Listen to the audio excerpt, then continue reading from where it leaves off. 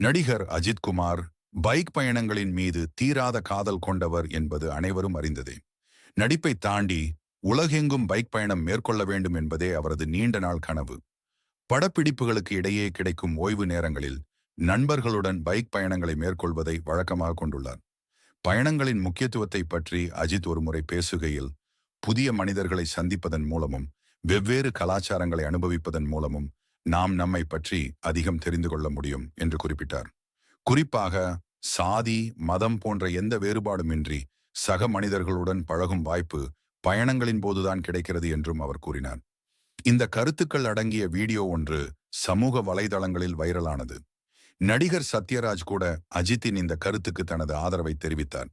சமீபத்தில் நடிகர் சமுத்திரகனி ஒரு பேட்டியில் அஜித்துடன் நடந்த உரையாடல் ஒன்றை பற்றி பகிர்ந்து கொண்டார்.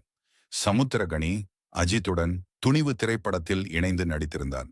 அப்போது அஜித் தனது பயண அனுபவம் ஒன்றை சமுத்திரகனியுடன் பகிர்ந்து கொண்டார். துணிவு படப்பிடிப்பின் போது அஜித் சமுத்திரகனியிடம், ஒரு முறை பைக்கில் பயணம் செய்து பாருங்கள், அது உங்களை நீங்களே உணர வைக்கும். குறிப்பாக உங்களை யாருனே தெரியாத இடத்திற்கு பயணம் செய்யுங்கள், அப்போது உங்களை பற்றி இன்னும் நிறைய புரிந்து கொள்வீர்கள் என்று கூறினார். அப்படி ஒரு பயணத்தின் போது அஜித் வட மாநிலத்தின் ஒரு கிராமத்திற்கு சென்றிருக்கிறார். அது கடைகளே இல்லாத முற்றிலும் கிராமிய சூழல் கொண்ட இடம். பயண களைப்பில் அவருக்கு பசி எடுக்கத் தொடங்கியது. சுற்றிமுற்றும் பார்த்ததில் எந்த உணவகமும் கண்ணுக்கு தென்படவில்லை.